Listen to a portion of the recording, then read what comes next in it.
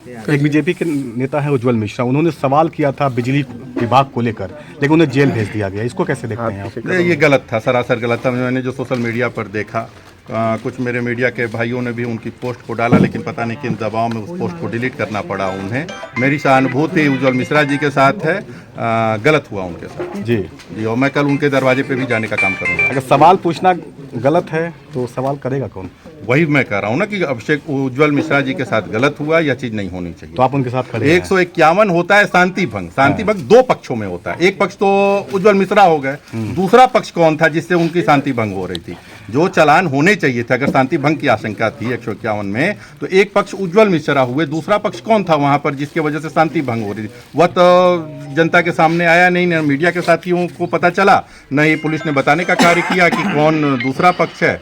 तो मेरी सहानुभूति उज्जवल मिश्रा जी के साथ है। मैं कल उनके दरवाजे पे जाऊंगा भी। एक सोशल मीडिया है खुरपेच, उसको लेकर कहा गया था कि उस पर ही टिप्पणी की गई थी।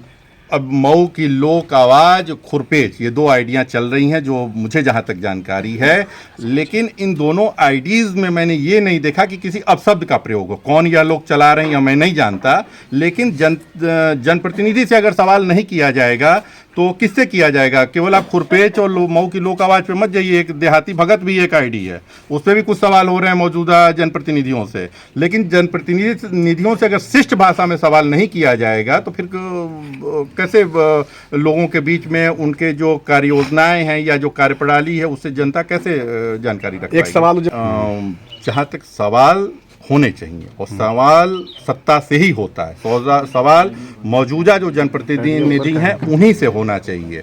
और उज्जवल मिश्रा मेरी यहाँ तो डरा के रखा जा रहा है कि सवाल करोगे तो जेल भेज देंगे। हाँ, तो वो गलत है, वो नहीं होना चाहिए। तो आप किस तरह से लोगों के साथ खड़ेंगे अगर कोई सवाल करेगा? मैं कह तो दिया, मैंने स्पष्ट कर दिया कि उज्जवल मिश्रा ही नहीं, अगर कोई सवाल करता है और उस पर कोई कार्रवाई होती है तो आप किस तरह से खड़े उनके साथ? मैं उनके साथ हूँ। जिस तरीके से उन्हें मेरा सहयोग चाहिए, हर तरीके से मेरा सहयोग है उनके साथ।